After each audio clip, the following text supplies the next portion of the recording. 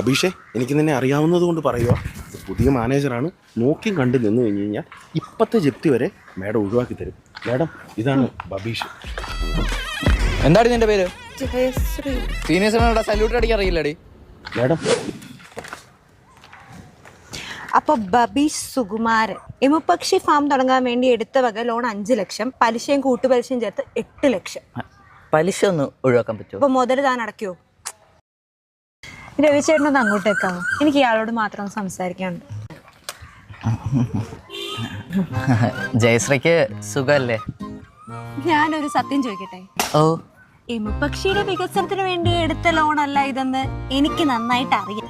നിർദ്ദയായ കാമുകിയെ പഠിപ്പിക്കാൻ വേണ്ടി ഇയാളെടുത്ത ലോൺ, കാമുകി പഠിച്ച് ജോലി കിട്ടുമ്പോൾ തിരിച്ചടയ്ക്കാമെന്ന വാക്കിന്മേൽ എടുത്ത ലോൺ ഇപ്പൊ പലിശയും കൂട്ടുപലിശയും ചേർത്ത് ജപ്തിയുടെ വാക്കി നിൽക്കുന്നു. ഇതല്ലേ സത്യം? ഇനി പറ,